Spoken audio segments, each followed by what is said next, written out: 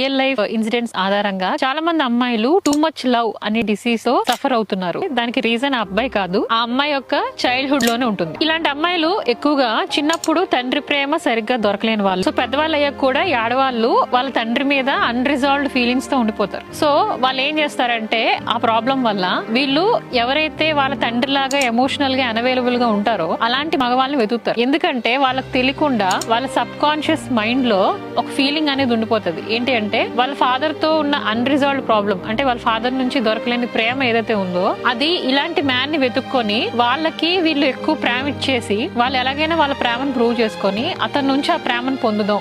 అప్పుడు చిన్నప్పటి నుంచి సాల్వ్ అవ్వకుండా ఉండిపోయిన ఆ ఫాదర్ లవ్ అనేది ఆ పర్సన్ నుంచి ఎలాగైనా తెచ్చుకుందాం అనేది వాళ్ళు ఫీల్ అవుతారు. ఇది వాళ్ళు కాన్షియస్ గా చేయరు, మన సబ్ కాన్షియస్ మైండ్ లో ఇది ఆటోమేటిక్ గా ఉండిపోయి అది చేయిస్తుంది.